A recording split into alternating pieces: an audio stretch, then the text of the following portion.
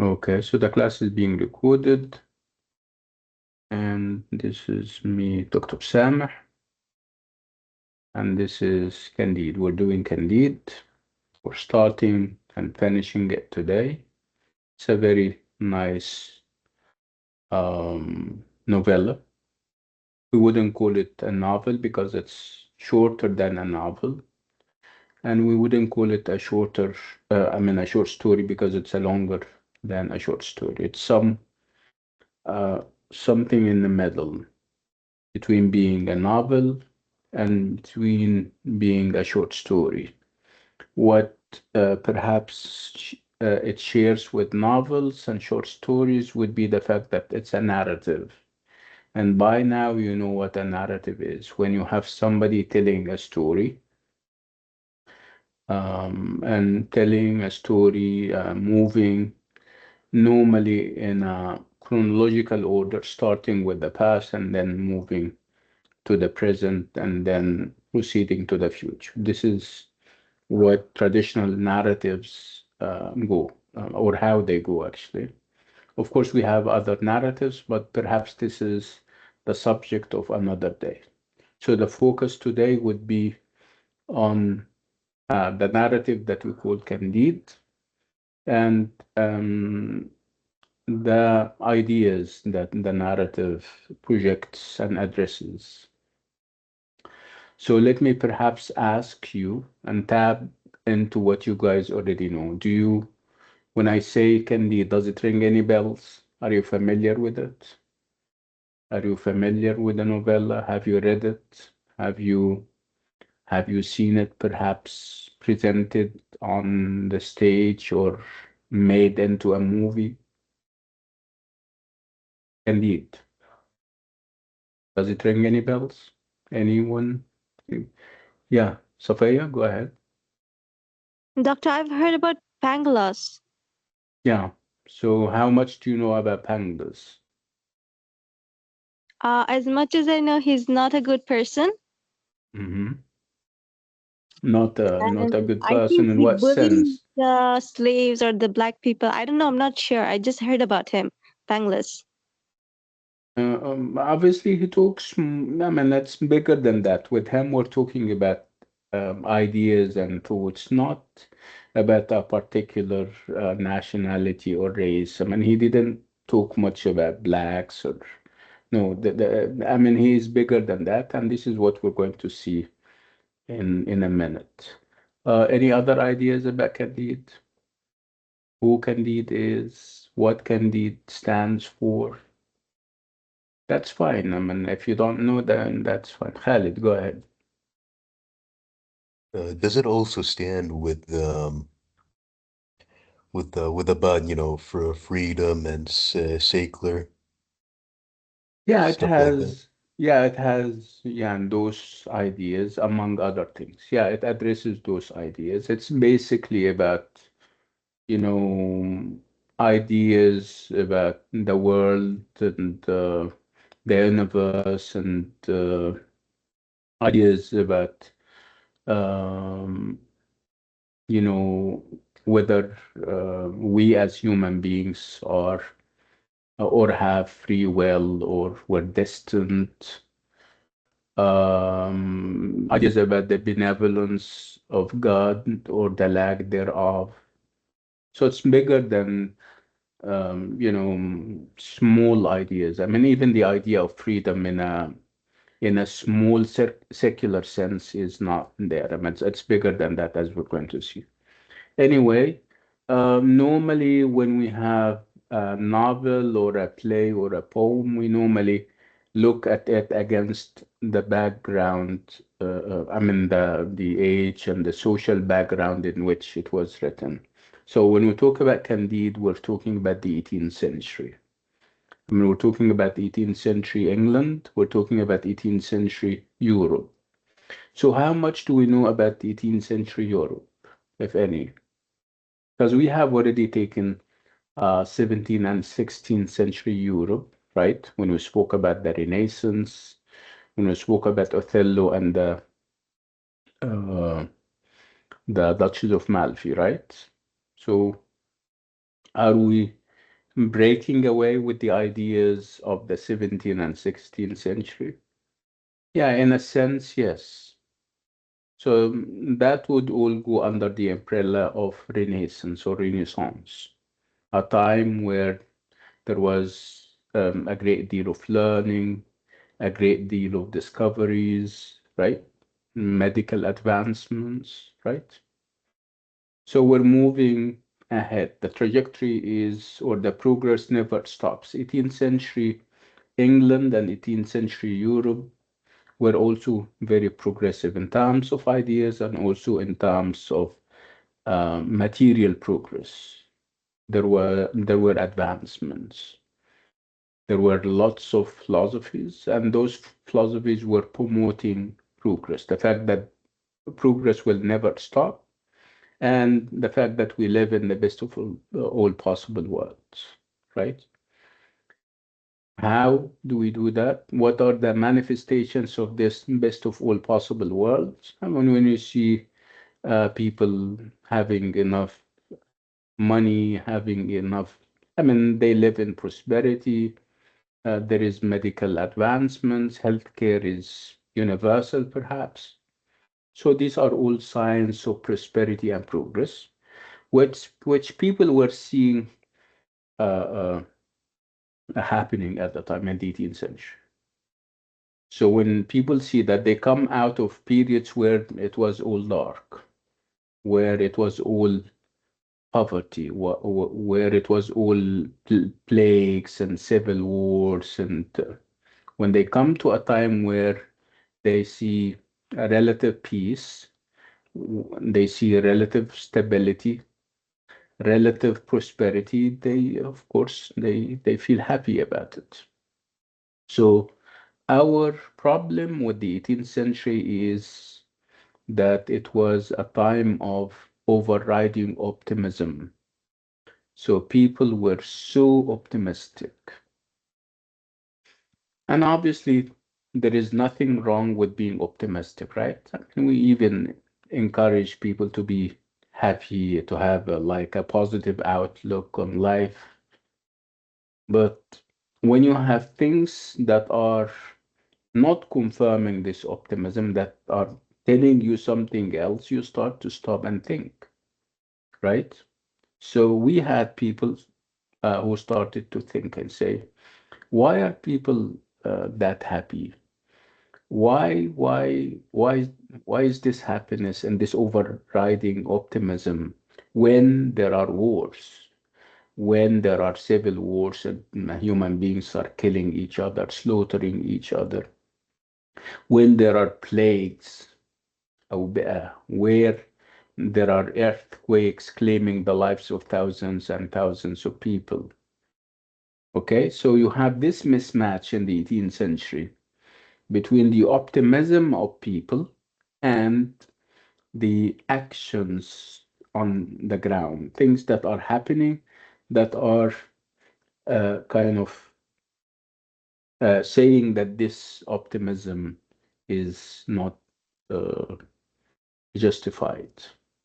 So this is the main idea that we have in the novella. You have the writer who happens to be a philosopher. His name is Voltaire. Voltaire, by the way, is a French philosopher and a writer too. And like philosophers think about things using their power of reason, their mind. They are not emotional about things. They don't get swayed with feelings and emotions uh, and rhetorics. I mean, you don't convince them by saying things. No, you need to prove it, and they have to subject whatever you say to their minds, and if their minds accept those things, they say yes, we accept. If not, they say no. So, like I said, Voltaire was like that. He was a philosopher, and he started to observe what is happening in life, in society, and he started to see this mismatch between the optimism of people and what is happening on the ground. What is happening on the ground would be earthquakes, would be civil wars, would be disease. We still have disease. I mean, at the time, he started to question those people, started to challenge them. You say that we should be happy, we should be optimistic, and I started to say, why? Why would you be happy if you will eventually die? Because there is no cure for death. We will all die. Why would you be happy if you know that you can get sick, right? There is obviously no cure for some diseases, right? So he started to kind of engage with people about these questions, but he's not like other writers. Other writers, what do? They write an article in the newspaper and they tell us about their ideas, right? Obviously, he is different. He has a different tool and a different medium, which is writing. He writes and he writes novels and novellas. So he wrote Candide in order to challenge these ideas. The idea of optimism.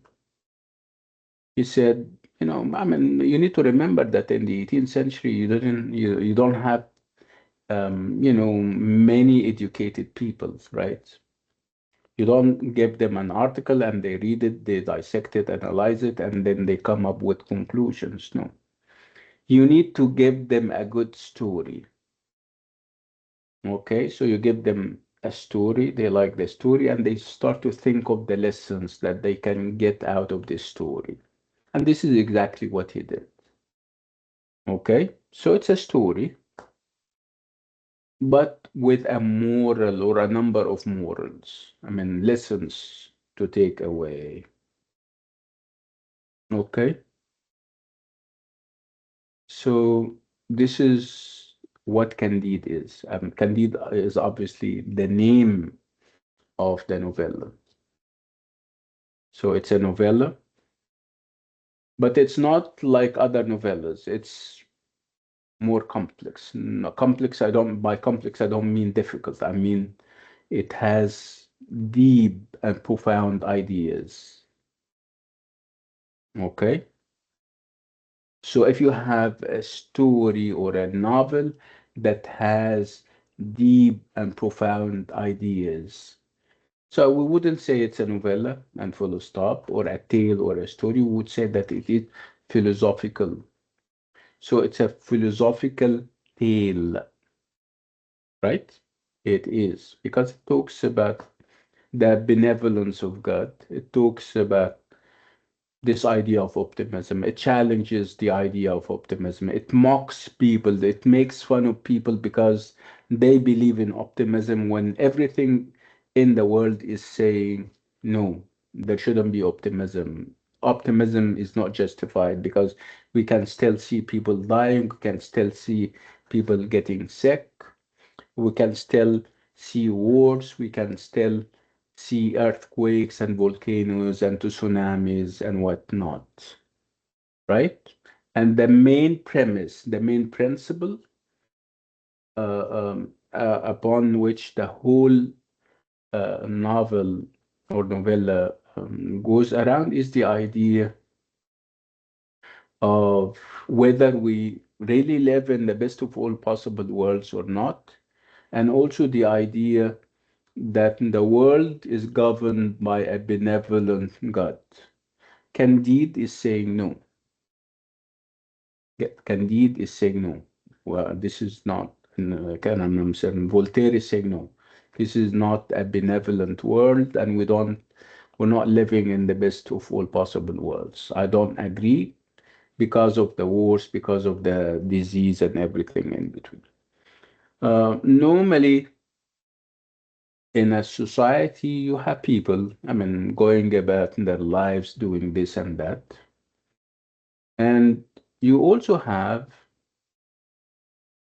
like intellectuals and philosophers and educated people who are writing and they spread their ideas, and people start to embrace and use these ideas.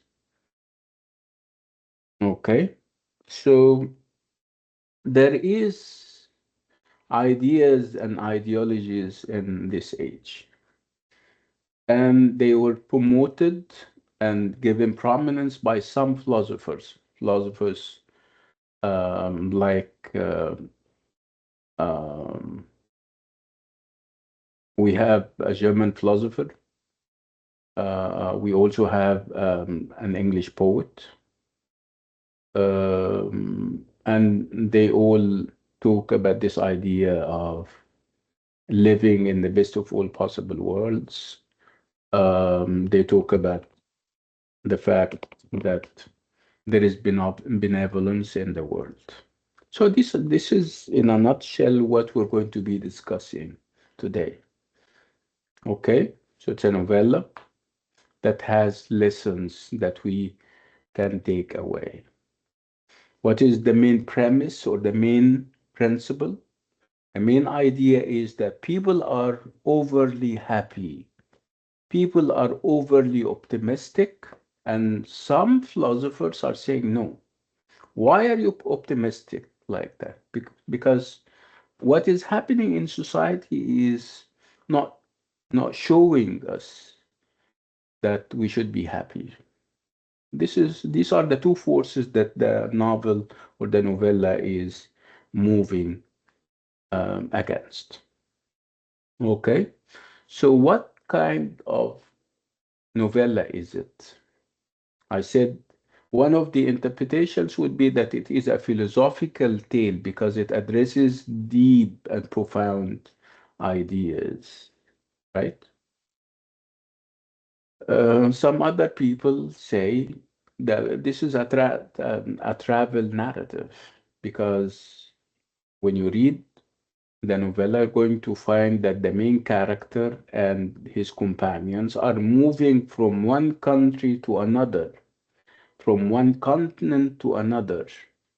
So if you move from one country to another, you are traveling, right? And if while traveling you have a diary or a journal and you start writing things about what you see, this is called travel writing. So in one of the interpretations, Candide is travel writing. So is it a new invention, travel writing? No, it has always been there. It didn't start in the 18th century with Voltaire. Started way back with Herodotus, this Greek historian, and then other people in the Middle Ages until we come to the 18th century, where you have novels like Gulliver's Travels by Swift. This is travel writing, right? Right, where people travel from one country to another.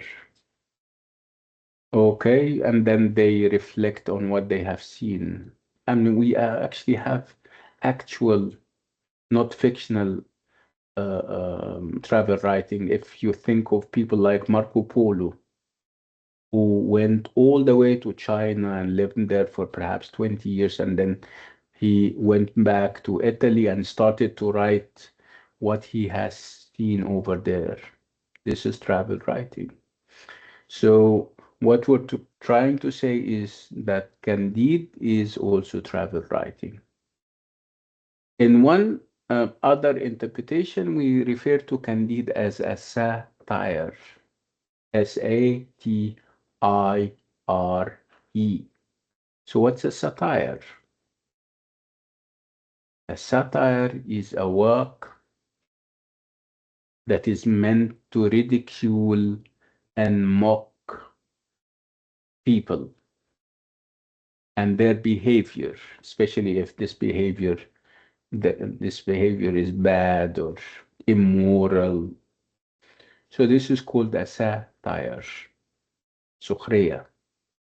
So Candide can also be seen as a satire.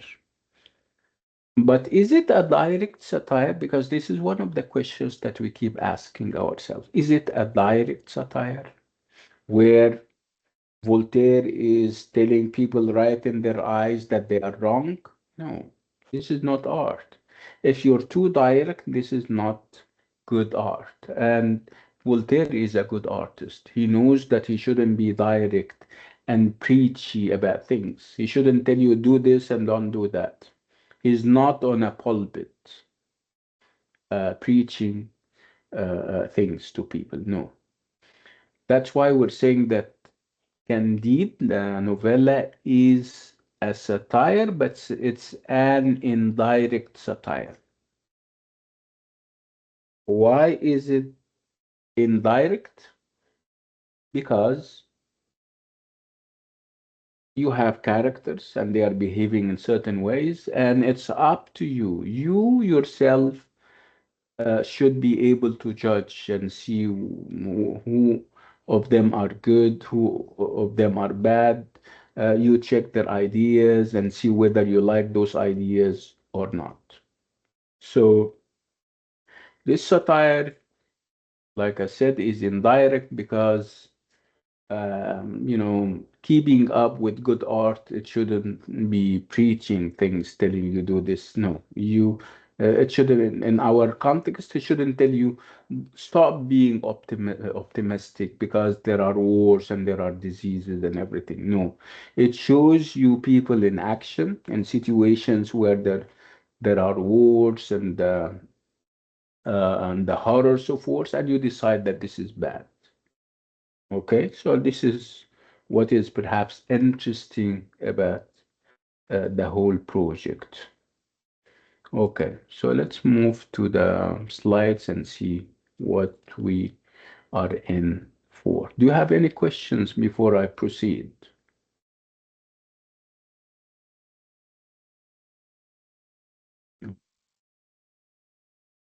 May I ask, Doctor? Yeah, go ahead. I understood the meaning of satire, but what is indirect satire? Yeah, like I said, indirect satire means that you give me situations and I decide for myself.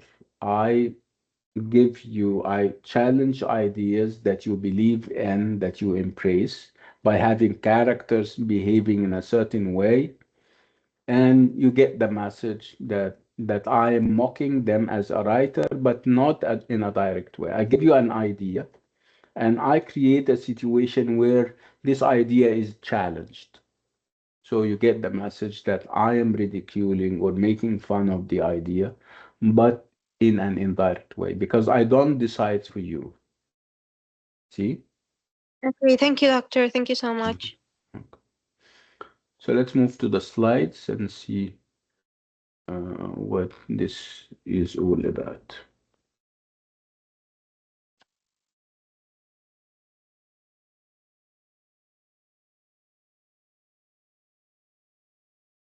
Okay, so this is what we're doing.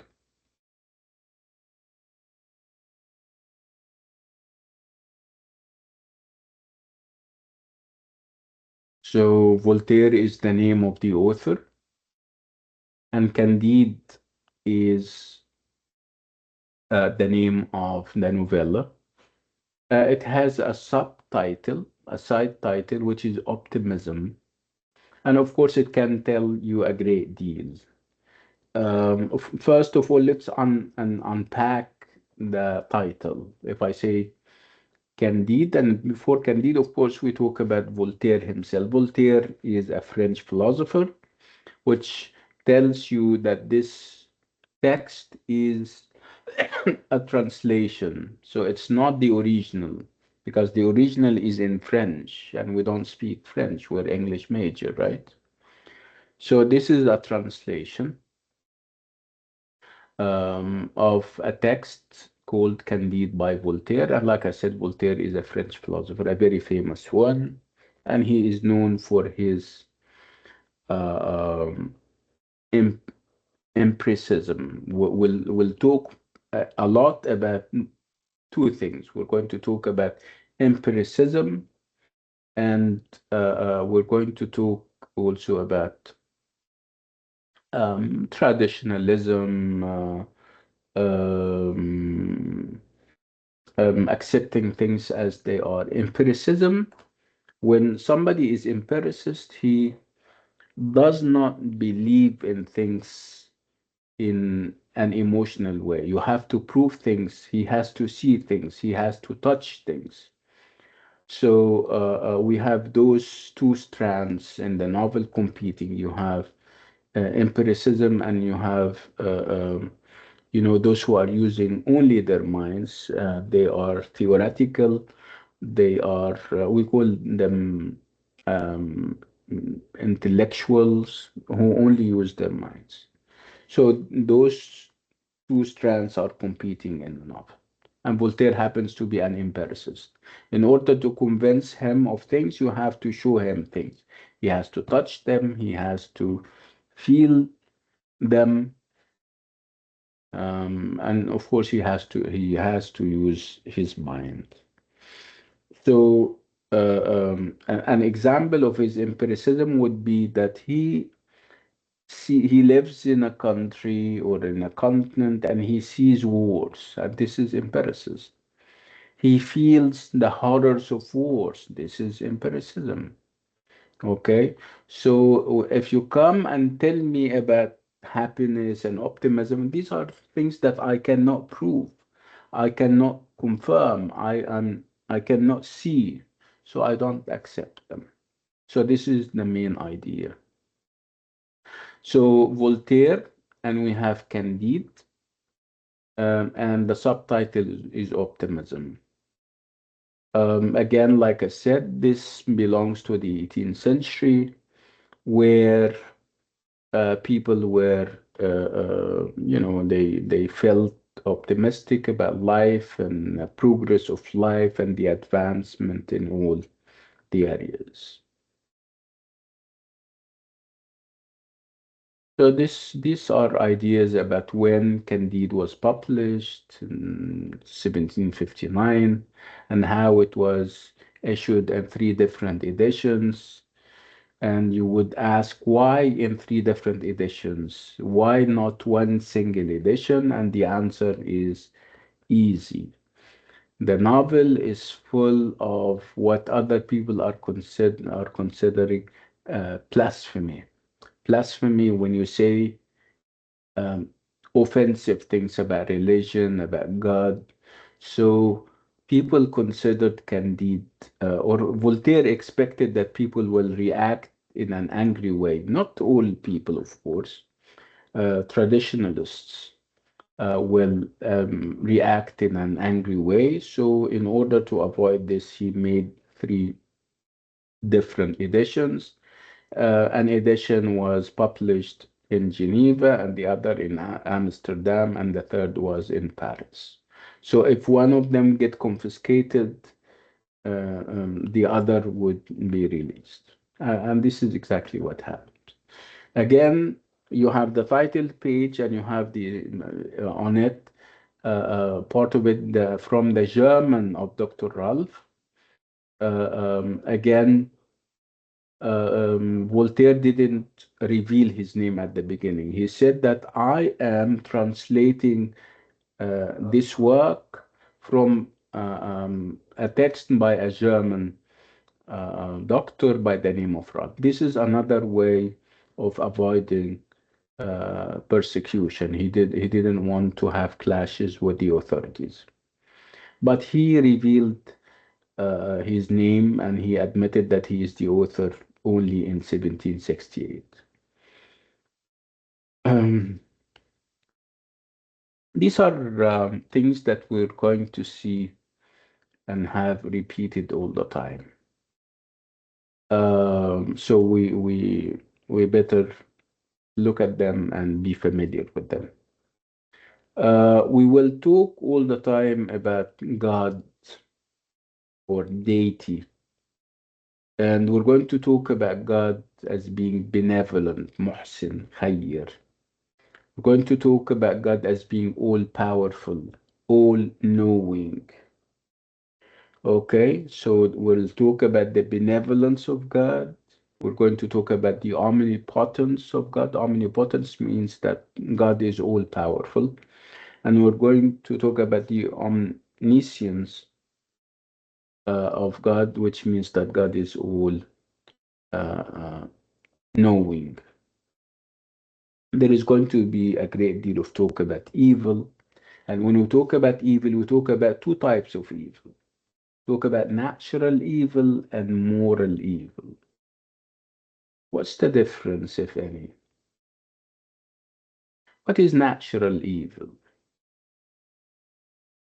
When you talk about things that we have no control over because they are not, we didn't do them, we didn't create them. So, what kind of evil we didn't create in the world? There are, of course, evils in the world, and some of those, evil things are not created by us. What do you think? Do you consider disease evil? I'm asking you, is disease evil? Yeah. Yeah, absolutely. Did we create disease? No, right? We didn't. So this is natural, and that's why we call it natural evil. شر طبيعي. Earthquakes. Isn't that an evil? Aren't those earthquakes evil? Right? Did we create them? No, these are natural evils. What other natural evils do we have in the world? Things that we were not responsible for. So you have earthquakes, you have diseases,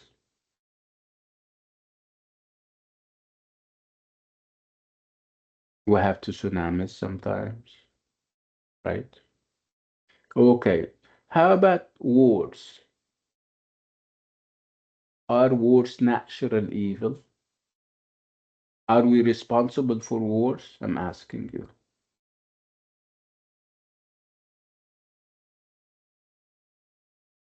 Yeah, I think we are. Well, I think we're responsible for we create them, we start them. Okay, so in this case, they are not natural evil. They are what? We call them moral evil, right? What other moral evils do we have in the world? Evil that we create, perhaps perhaps on a daily basis, right?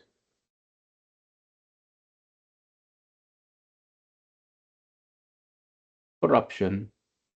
If we steal, if we kill, aren't these man-made, right? So if they are man-made, we call them moral evil. Okay. Okay. So people are starting to ask, how come we have evil in the world? This is Voltaire and other people, because remember those guys are Christian, right? They believe in God. And of course, they believe in the benevolence of God. خيرية وإحسان Allah. Okay?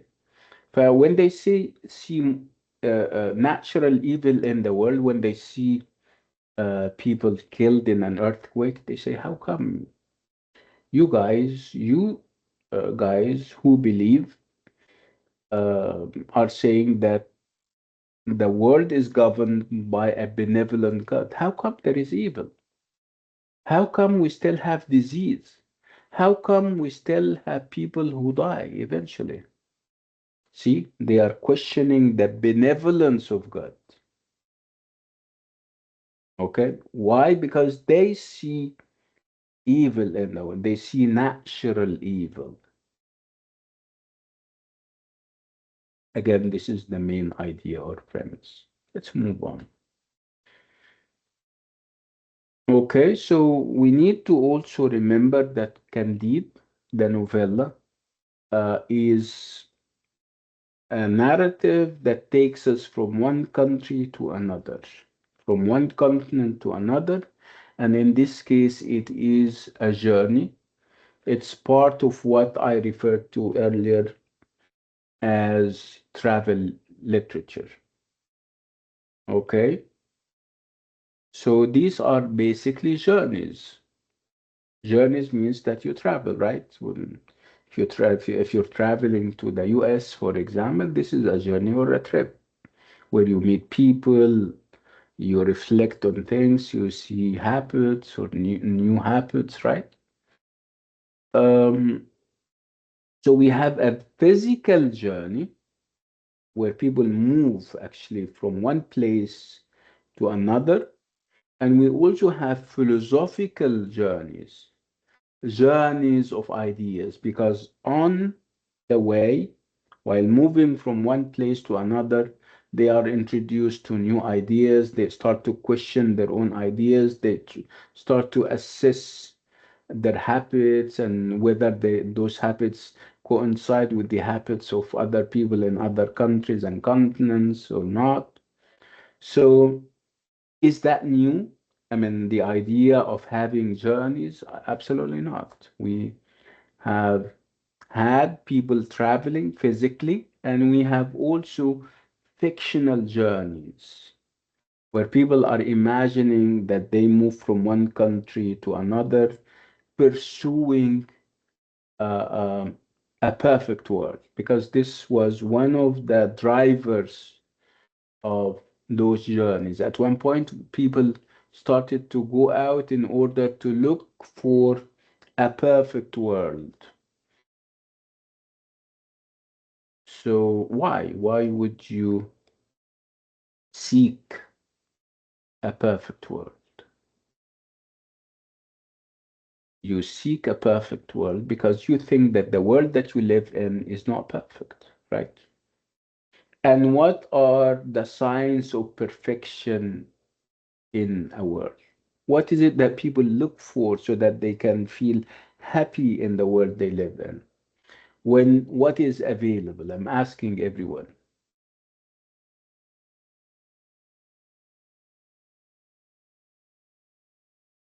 When food is available? Yes. When food is available. When shelter is available? Absolutely. When education is available? Yes. What else do you need as a human being to say that I live in a perfect world or I live in a perfect country? What else do you need? I'm asking you, Alama.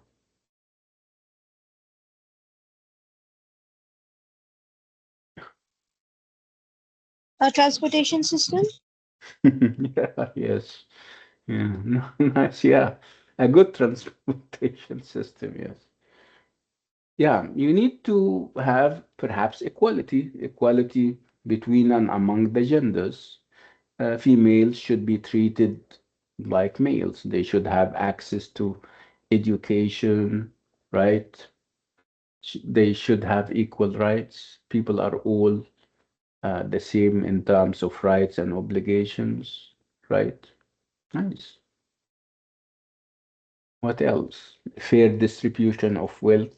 Why would we have those disparities, people who are too rich and people who are too poor, right? Good, vibrant political systems, democracy, right? So these, and also when they go to this idea of evil, when we talk about natural evil, they also expect a perfect world to be free of evil. I mean, natural evil. They want a world that doesn't have disease, that doesn't have wars, moral evil, right? Is this a possibility? Do we have that? Do we live in a perfect world? I'm asking you.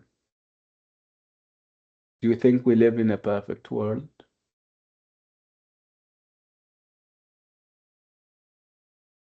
No, for me, no. No, for you and for everybody. Yeah, right? Kinda. S- So what do we call this perfect world? It has a name in literature. We call it utopia. So we all agree that we don't live in a utopia, right? You guys agree that we don't live in a utopia? No utopias, right? Okay. So sometimes people who are dreaming and they have this, perhaps they have time on their hand, they go and travel in order to pursue and find this utopia. And Voltaire is one of them, or perhaps the protagonist of Voltaire is one of them. Candide is going to move from one country to another, ostensibly to look for his beloved, but obviously Voltaire has a different project. He wants to find a perfect world.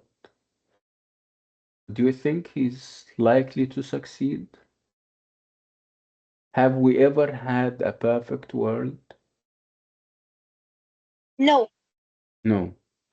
Lots of people talk about this idea of utopia. One of them is Thomas More. More is like a 16th century English philosopher, and he was after that, but he didn't find that. Plato, if you're familiar with Plato from your A with AAA 100A, is a philosopher, and he wrote a book called The Republic.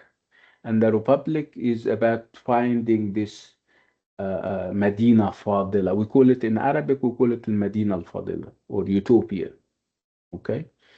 And he started to set conditions and rules. I mean, he built his own utopia and he started to say, in order to be accepted, you have to be this and that, you have to be this and that. But obviously, this is all fictional. Imagine it never happened, right? Anyway, this is what Voltaire is after. So we have two parallel journeys. You have a physical journey where Candide is moving from one country to another and from one continent to another, right? This is the physical journey. And along with this physical journey, you have a philosophical journey where obviously we are challenging the ideas that we have. We're looking for ideas, better ideas that can eventually lead us to the utopia. And when we talk about utopia, we also talk about uh, what we call dystopia, DIS, which is the opposite of utopia. So if utopia is a perfect world where you have free access to education, where you have equality, where you have shelter, where there is no wars or disease. This utopia is the complete opposite, where you have wars, you have injustice, you have dictatorships, you have people killing each other, you have moral corruption. This is called this utopia. And I would like to ask you at the end of this class, after we have finished, I would like you to tell me whether you think Candide, the novella, is a utopia or a dystopia. Again, you will judge when you see Candide moving from one country to another and whatever happens in those countries. Don't forget this question. I would like you to tell me at the end whether Candide is a utopia, which is obviously good, or a dystopia, which is obviously bad. Right? Doctor, Okay. Yeah. utopia and dystopia, This utopia. this utopia, one is hell and one is heaven. Yes. Yes. You can say that. Yes. And again, the Okay, fact thank you, that you're doctor. saying that one is heaven, obviously heaven is not there. I mean, we reach heaven when we die, so it's not uh, on earth, and but hell can be there, right? Okay, let's move on. Um, Again, this idea of journeys and moving from one country to another was made possible by the geographical discoveries that Europe witnessed during the time and the imperial expansions. You have England moving to other countries, moving all the way as far as India and the Americas. You have the French moving or going to Africa. So that this was commonplace, if you like.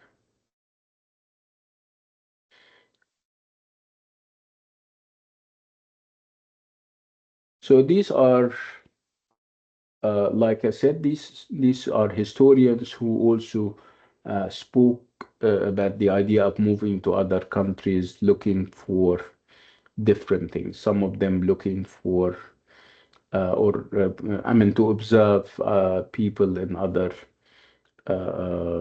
countries and see how they behave, and they start to make those comparisons.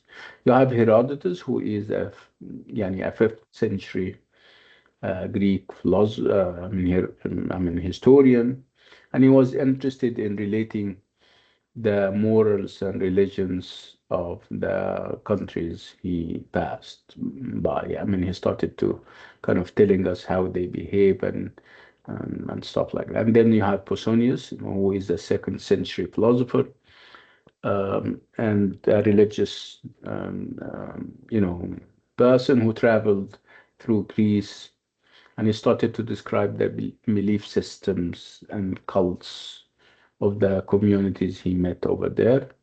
And then we move all the way to the 16th century with people like Thomas More, who wrote Utopia, which is an imaginary uh, place where political ideals were envisioned and imagined. And then we have people like Jonathan Swift, who wrote Gulliver's Travels in the 18th century, and he started to also act like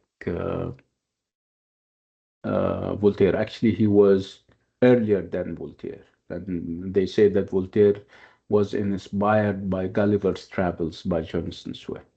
So these are all antecedents. Antecedents are things that came before Voltaire and inspired him. Okay, so these were antecedents to Voltaire's Candide, which is also a journey. Again, we spoke about travel writing, which Candide um, is, and we said why people would travel there. Sometimes they go to places, real places, and sometimes they imagine them. And again, they start to make those comparisons between the country that they are from and the countries that they visit.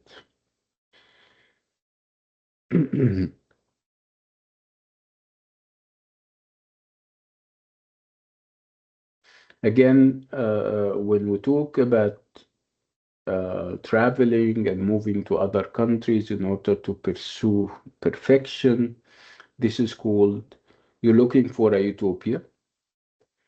Whether this utopia is real or imagined. And again, we have a different type of literature, which is the complete opposite. It's called this utopian literature. The first utopia that has such a name was Thomas More's Utopia, and it's again about an imaginary place where obviously there is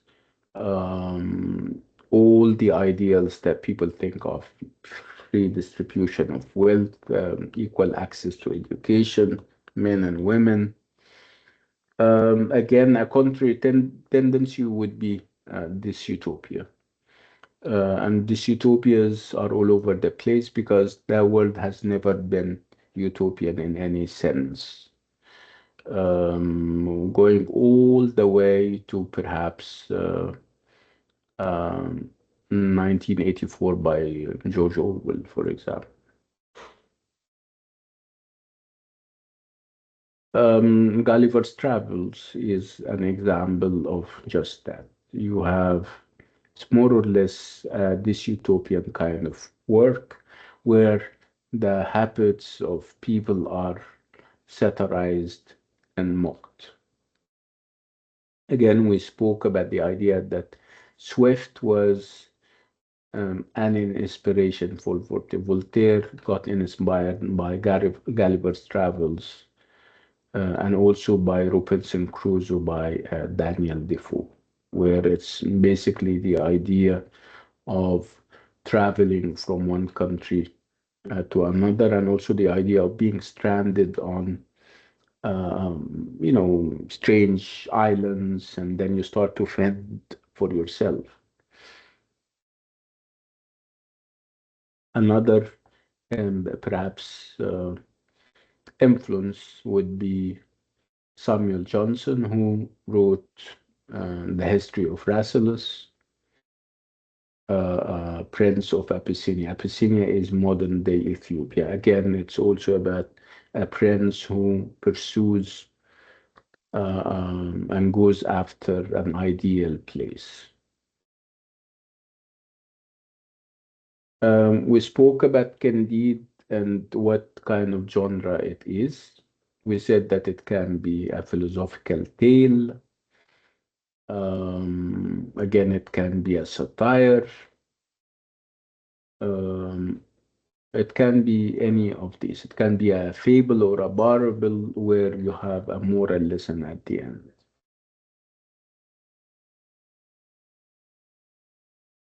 Again, there seems to be a consensus among scholars and critics that of all the genres that we spoke about, Candide is both a satire and a philosophical tale. It's not a roman in the French sense because roman means a novel, and it wasn't, and it was never a novel in terms of size and also in terms of the ideas. And again, it can be a fable depending on how you look at it, with moral lessons, and it is also a philosophical tale, like we said. Again, we said that it is a satire and it is an indirect satire. Again, when you have a satire, we have the writer exposing the failings of this society, whether those failings are moral or otherwise. Again, you need to always remember that along with the physical journey that the characters embark on, we also have a philosophical journey because there is a great deal of talk about evil in the world, moral evil, as well as natural evil. Again, it's 18th century that we're talking about, where philosophies of optimism were rampant and all over the place. And we had very famous philosophers talking about that. You have Gottfried Leibniz, the French philosopher, I'm sorry, the German philosopher. You have Alexander Pope, the very famous English poet. Again, the two of them are promoting or were promoting the idea that we live in the best of all possible worlds, and the fact that uh, um, the world is good. It is true that there are, kind of problems, and there is evil, but this evil, according to them, is partial, جزئي, not um, it's not the whole thing. The whole thing is good, but sometimes you have, partial evil that is also meant. I mean, God, according to them, meant for this evil to be there, and it's only God who knows why there is evil. They believe that we, I mean, even this partial evil cannot be explained because we as human beings are incapable of understanding the wisdom of God. So sometimes they acknowledge the fact that there is evil, but they say this is a partial evil, and it's part of the larger scheme of things. The larger scheme of things is benevolent and good and everything. It's part of a larger plan that only God knows uh, its details. Again, we as human beings are incapable. We cannot fathom the wisdom of God because we are not gods ourselves.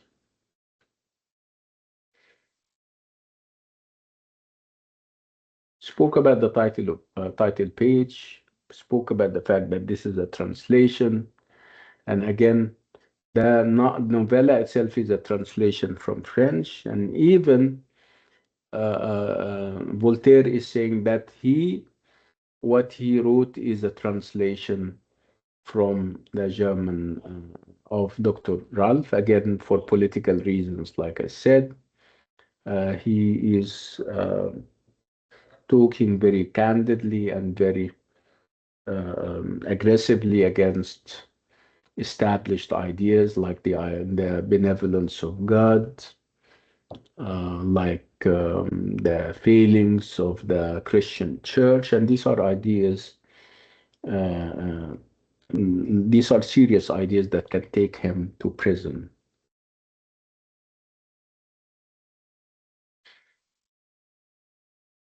Again, we're talking about a narrator who is described as being very naive.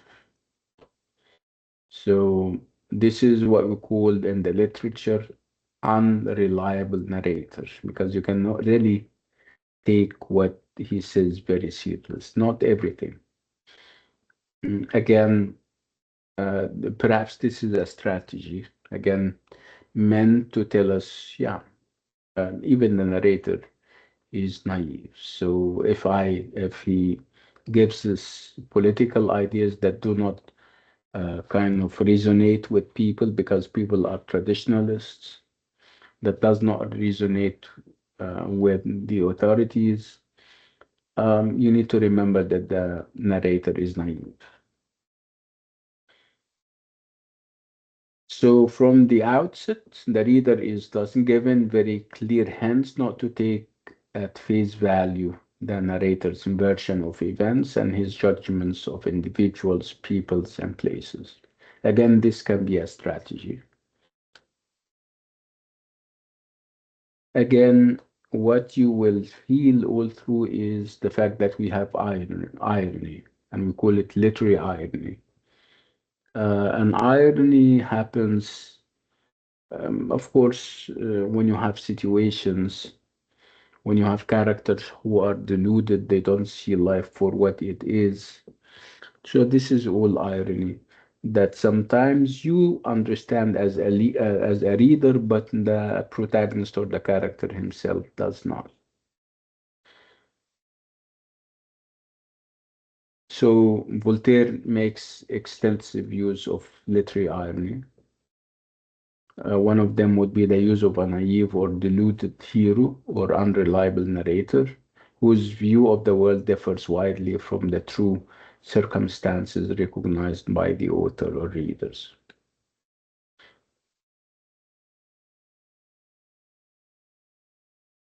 Again, the main idea is optimism or challenging this optimism. Again, the optimism is translated into this idea that we live in the best of all possible worlds.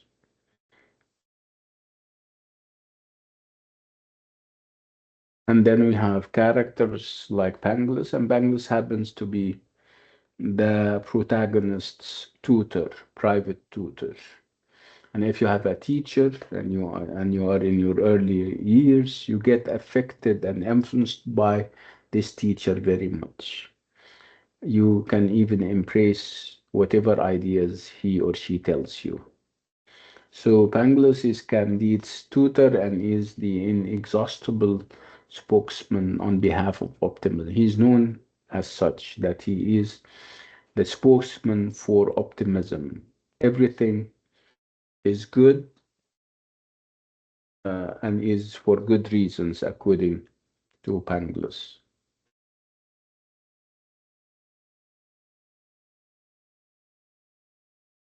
Again, he is the mouthpiece of philosophers who believe in absolute optimism. Again, we're going to see whether the novel is kind of following his ideas or is challenging those ideas. Again, when we have certain ideas and ideologies in societies and people embrace those ideas, you need to check who uh, is inspiring these ideas, who writes about them. We have a number of philosophers. One of them is Anthony Ashley Cooper. He is called Shaftesbury, Lord of Earl of Shaftesbury, and the guy is known for his optimism and the belief in man and in human beings and their good nature and the fact that whatever happens is for the best. And then we have Alexander Pope, the very famous English poet, who also believes that we live in the best of all possible world. He wrote a very long essay called Essay on Man, in which he starts off by talking about the benevolence of God, of course, and he ends up by repudiating and attacking people who does not or who challenge this benevolence by saying that you guys are perhaps idiots. You guys, you don't see the wisdom of God. Whatever evil you can see is partial evil, and it's part of a larger plan of the universe or the world that you cannot fathom or understand because you're incapable. Are human beings, and human beings are incapable by nature. This is what he said in his poem Essay on Man.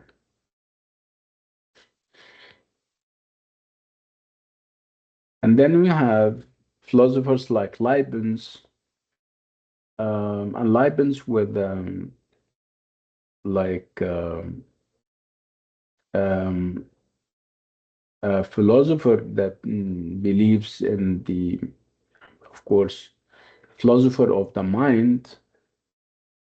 And again, he starts off, I mean, he gives you philosophical arguments and he arrives at conclusions. He talks about God as being omniscient, as being all powerful, and he says if you believe in this and that, you need to trust God. What is perhaps interesting about Leibniz is the fact that he says, yeah, we do acknowledge that there are bad things happening in the world and that there is suffering, but this is obviously not the end of the story. Those bad things are part of a grand universal plan that we are incapable of understanding as human beings. So, according to him, only God, with his serene overview, saw how everything fit well and served a greater good. And he started to engage in a kind of a philosophical argument. He says, since God is perfect by definition, it follows that he can do no wrong. Again, people started to see these things against some natural evil happening at the time, and they started to question the benevolence and the wisdom behind them. For example, in 1755, there was this Lisbon earthquake, and it was followed by a tsunami killing thousands of people. And what is perhaps was ironic was that people were celebrating a feast, a Christian feast or Eid. So people like Voltaire would come and say, "See, this is the benevolence that you're talking about. It's in your Eid and in your feast, and you're being killed in thousands by a tsunami and earthquake. Where is the benevolence of God? Why are you optimistic? You shouldn't be optimistic."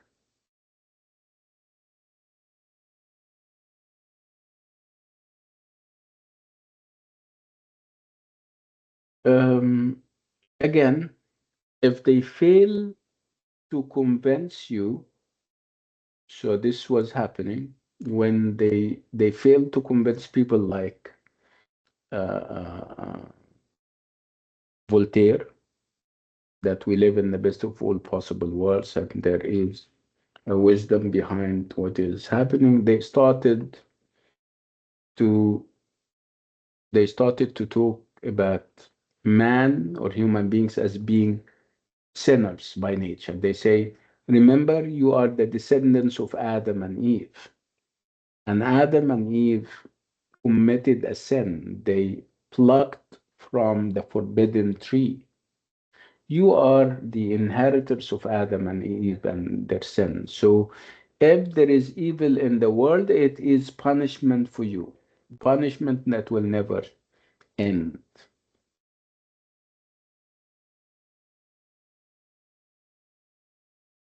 Okay, let's take a 5 minute break and then when we come back, we continue. How about that? Raise your hand if you can hear me.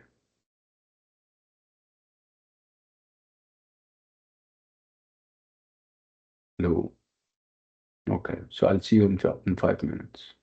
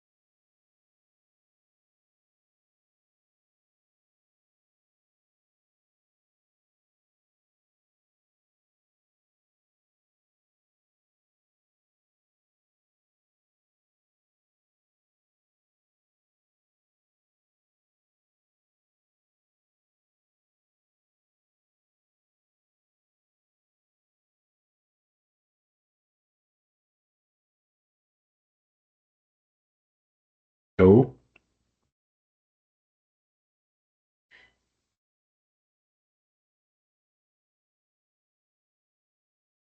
no. If you can hear me, please raise your hands.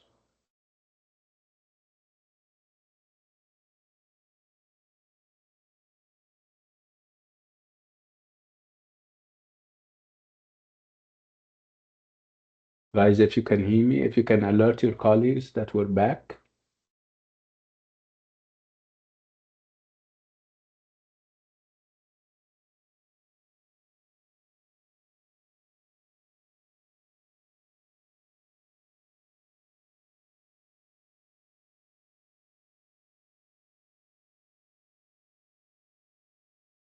Okay. So let me continue. And we have a lot to finish.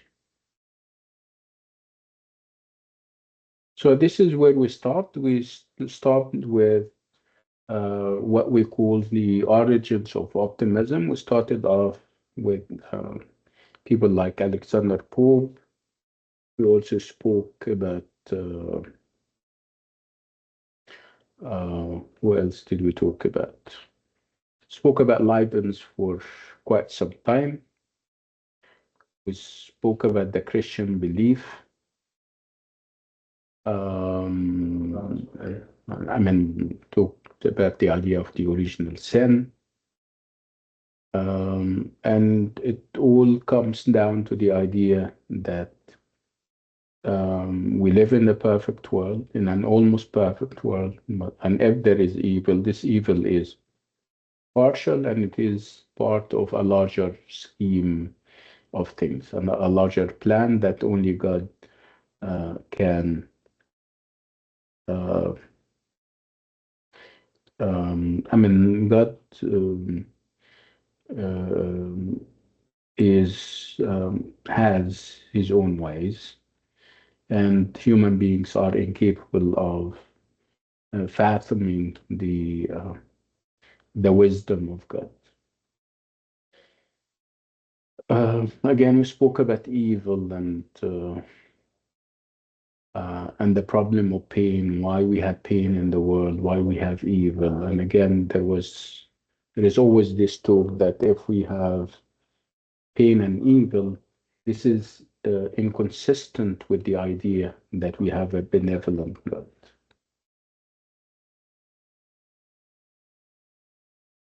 Again, people started to ask questions when they saw what happened in Lisbon and the Fijis and the earthquakes and the tsunamis that followed, and started to kind of challenge and started to first of all question this idea of benevolence, and they started to say, how come there is benevolence in the world if this is happening? You know, this is pure evil, especially when it fell on like a religious day. It was All Saints' Day, and the churches were full of people attending Mass. The walls collapsed and they were crushed in their uh, thousands. So obviously, people were enraged and they said, we should have been protected by God. God, being all knowing, should have known, and we should have been warned in one way or another. He should have stopped it, right? He should have stopped it because he is all powerful. He should have known about it because he is all seeing and all knowing.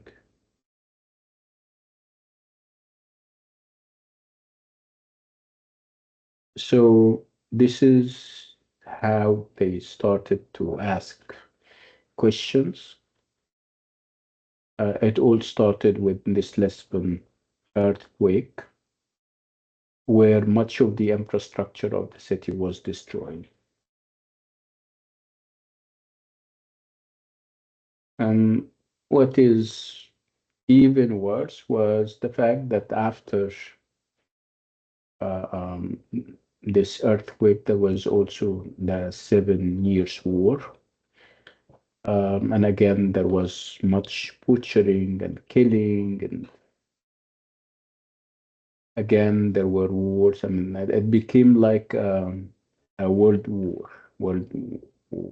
where obviously uh, everything happens in wars. I mean, killing and slaughter, carnage, genocides of all types.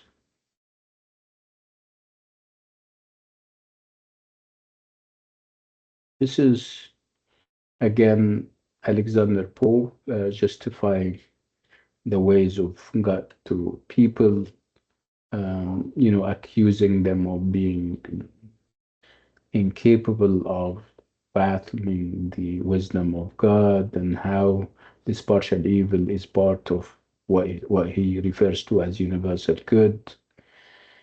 And according to him, one truth is clear: whatever is right.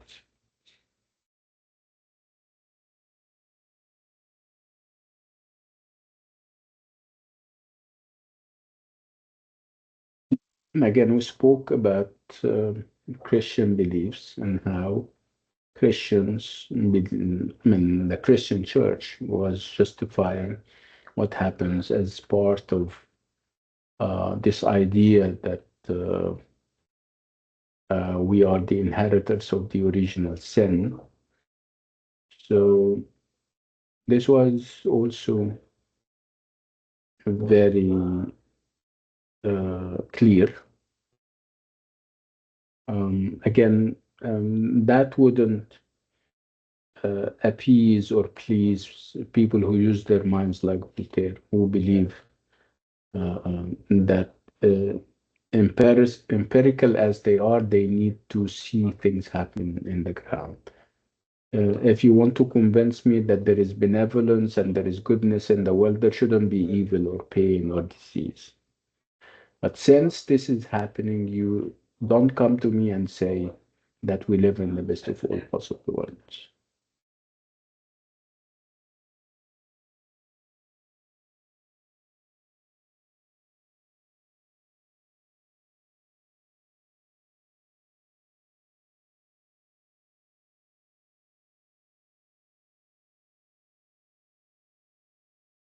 Um, do you all belong to my class? Anan, Amani, and Yusra?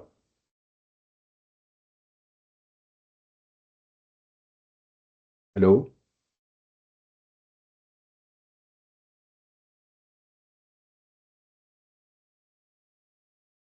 Okay, anyway, I'm going to stop on this note and with this item, and I'll finish things off on Sunday during my class. My class is at 10, and it's the same link that you guys now have. So I'll see you inshallah on Sunday at 10 a.m. Salam alaikum.